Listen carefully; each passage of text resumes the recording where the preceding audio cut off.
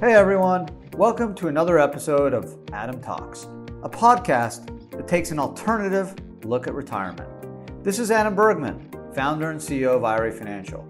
If you want to learn more, you can subscribe to our YouTube channel and follow us on social media.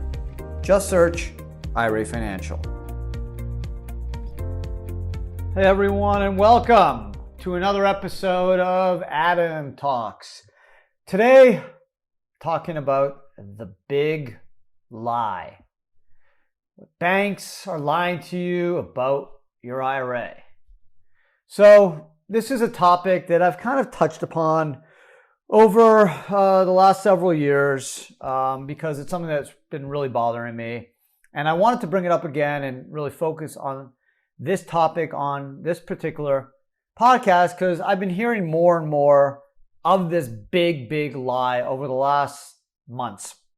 And especially with the run up in the crypto market and COVID and the interest in people taking more control of their retirement and doing more alts.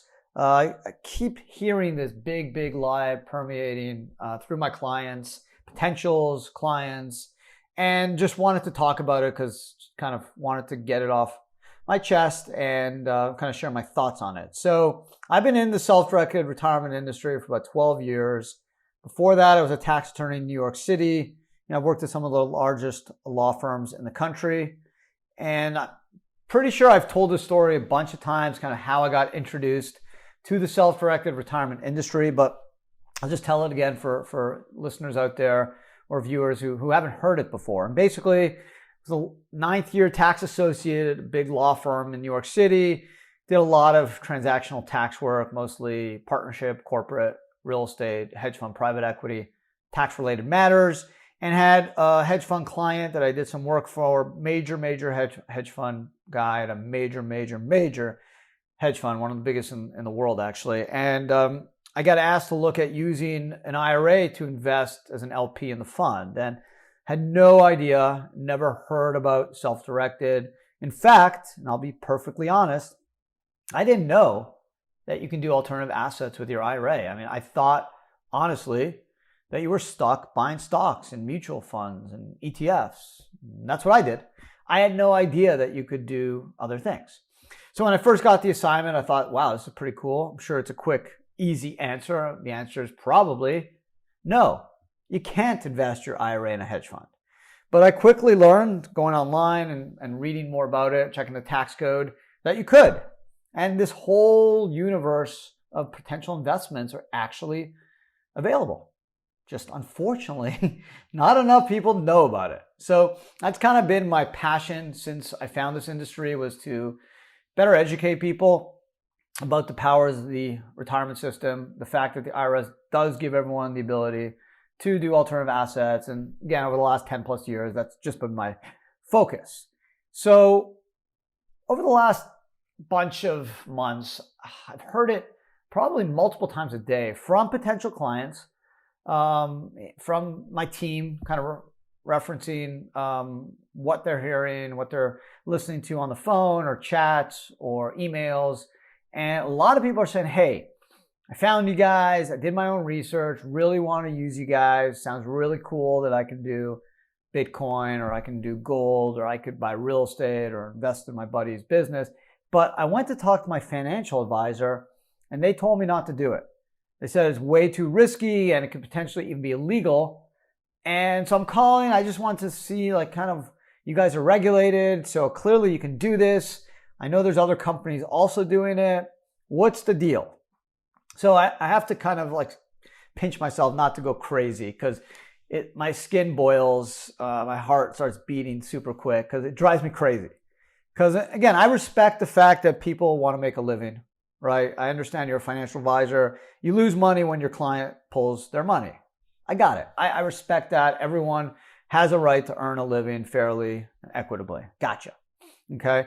But the fact is there's lots of money to go around. Okay. There's 53 million IRAs, $11 trillion in IRA money, 80 million plus people, 81 million actually, 63% of US households have some exposure to retirement accounts. Okay, so if I take Jane's $100,000 so she can buy real estate, it's not going to make a difference. Okay, you're going to be able to find another client or 100 more clients that will want to invest with you to buy mutual funds, stocks, ETFs. Hey, most of my wealth's tied into the equity markets. I believe in equities. I believe in mutual funds. I believe in ETFs. Okay, but I also believe in diversification, and I also believe in empowering people to do what legally they're able to. So that is my big frustration. And just to show you how much money is at stake here, I found some interesting information on mutual funds and ETFs. So basically from 2015 and 2020, you're looking at about, there's been huge amounts of over 100.1.8, so almost 102 million Americans invested 454 billion in 2019, okay, in mutual funds. And now in ETFs, it's about 4.4 trillion, okay? So there's lots of money here. And I understand when you tell people, hey, I want to pull my money away and I want to buy real estate, I understand the financial advisor is not making any money on that deal. In fact, they're losing money because they have to pull your money out of products they sell and allow you to do alternative stuff. And I understand, okay? But at the end of the day, there's plenty of money to go around, there's plenty of business. You should want to do what's good for your client. Now, if the IRS didn't want people to do alternative asset investments, guess what? They wouldn't put it in the tax code. It's very simple. The IRS carves out collectibles. They don't want people buying collectibles like baseball cards. So guess what? They just put it in the tax code. You can't use your retirement funds to buy collectibles. Pretty simple. If they didn't want people buying real estate, if they didn't want people doing alternative assets, they would have put it in the code. Very simple to do. Okay, they would have just forced you to buy treasuries or mutual funds or ETFs. But that's not the case. Since 1973, 4975 of the Internal Revenue Code only tells you what you cannot do, which is essentially can't do any self-dealing or conflict of interest transactions.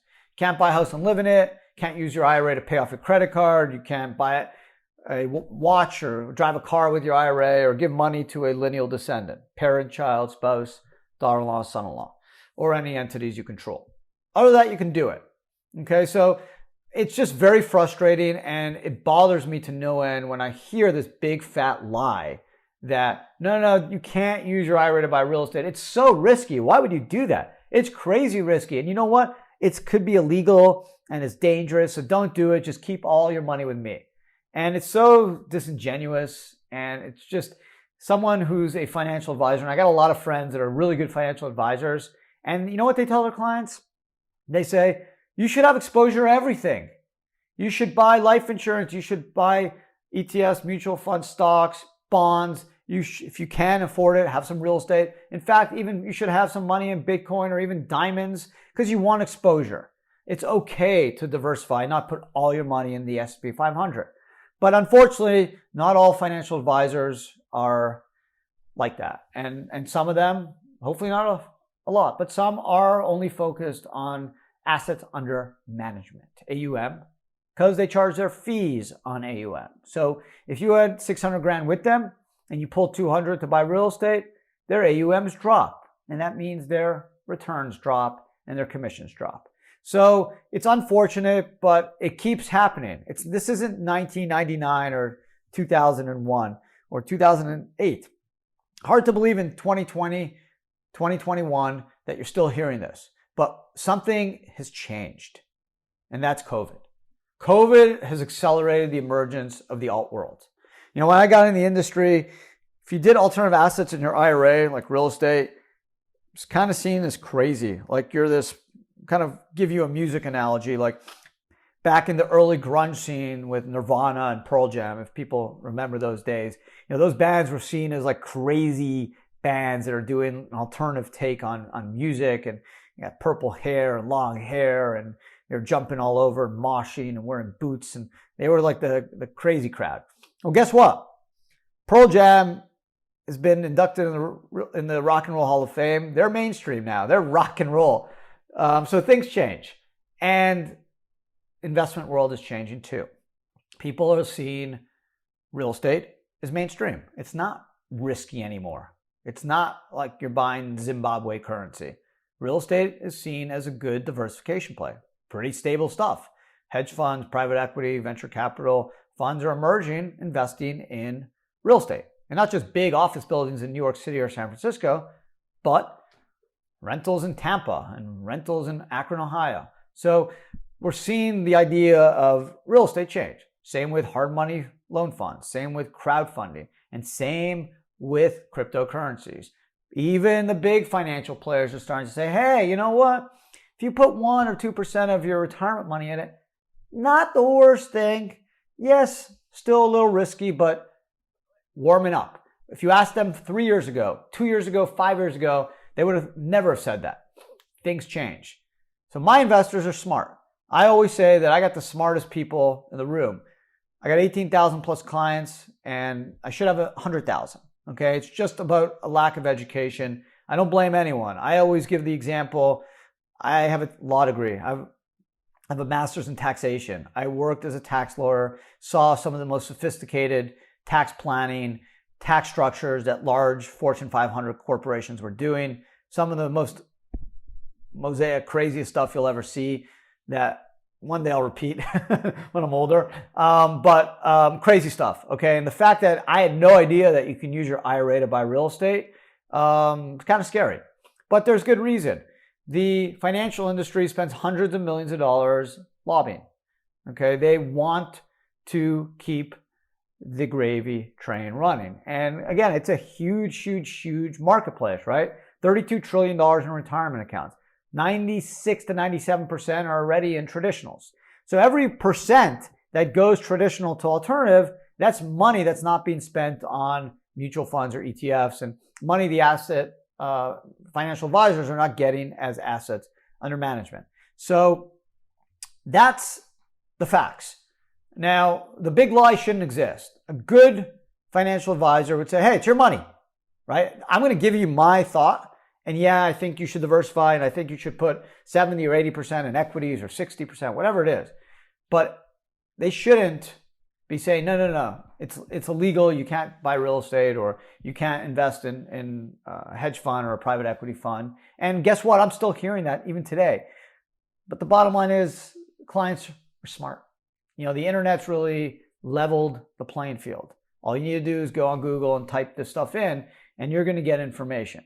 It's kind of like WebMD, right? I go to the doctor and the doctor tells me something. I go on my phone and type it in and say, hey, doc, you know, I kind of read this. It kind of says that these are the symptoms. What do you think? And so the playing field has been leveled, and financial advisors are starting to realize that. And they're moving, in some cases, to a flat fee arrangement where they'll just charge you a flat fee for their advice, irrespective of what they do in terms of trading. And that may be a healthier solution and a healthier profile where they can just charge you a flat fee irrespective of what you're doing and what they're advising, and hopefully they're giving you what's in your best interest. But anyways, so again, just to sum up here, it's been a source of frustration for me over the years, but in the last 6 months, again, I've been hearing this big lie repeatedly, okay? And I just had to kind of get it off my chest because it's been, and it continues to be such a level of frustration for me that it's just so ridiculous that some of these financial advisors think people are so stupid that they won't go and do their own research. And it's not like they're saying, again, that they're going to take their money and buy this crazy real estate in Lebanon or buying land in Baghdad. I mean, people aren't asking to do that. They're saying, hey, I want to buy the house next door and rent it out, or I want to invest in my friend's new hedge fund or new hard money loan, or I know a guy that needs a quick 300 grand. I can guarantee get it secured 10% return. Can I do it? And then financial advisors in some cases are just flat out lying and say, no, you can't, or it's risky, or you know what, I think it's illegal. I kind of read that you can only do certain things and you shouldn't do it. So next time someone tells you that, what I would say is tell them this. If you tell a lie once, then all your truths become questionable. So bottom line is people are smart and they're going to see through the BS, and the internet's changed all that. So be smart. The IRS is giving you, all of us, the chance to invest in what we want, essentially, other than life insurance, collectibles, and self-dealing. You can do it. So there's a whole world of investment opportunities. and it's your money. And that's kind of my idea. Government can do things well, but when it comes to spending my money or telling me how to invest, I'd rather do it myself, and I'd rather trust myself. Yes, I do have financial advisors and wealth money managers that help me make investment decisions, but ultimately it's got to be my decision. And I think as an American, someone who believes in freedom, free choice, it's important that we all get to control our own money, right? Imagine if they told us you only have to, or you're only allowed to buy treasuries with your retirement money. It wouldn't be so exciting, right? If we're all stuck getting 1% or whatever the treasury is. So they did the retirement system. They created this system on purpose to give people flexibility and more control and the ability to diversify. And it's all up to you to take advantage of it. And again, I'm not telling anyone what to do. I don't make money if you buy real estate or buy hedge funds or even buy stocks. We're ultimately building a equity platform for IRA Financial customers. So it's going to be all the same. You're going to be able to buy stocks and mutual funds and real estate all on our platform and check out everything through the app. So that's coming in the next 5 to 6 months. So I don't care what you do. I just think it's really important to know what you can do so you can make intelligent decisions and know what the IRS allows you to do. And then, of course, it's up to you. And I hope all of you listening will end up becoming 7-figure retirement account holders. And I pray and hope all of you become super rich and successful retirement investors and can leave a huge legacy for your golden years and ultimately for your kids and family. So thanks again for your listening. Subscribe if you haven't.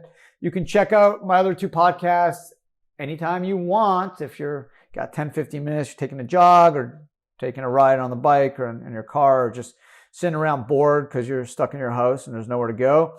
Adam Talks, obviously you found this, so thank you. And check out Ad Bits and Ad Mail, 2 other weekly podcasts I do. If you're interested in self-directed retirement, investing, alternative assets, taking control, I think you'd really appreciate those podcasts. And if you're not watching this on YouTube, check out the YouTube channel at IRA Financial.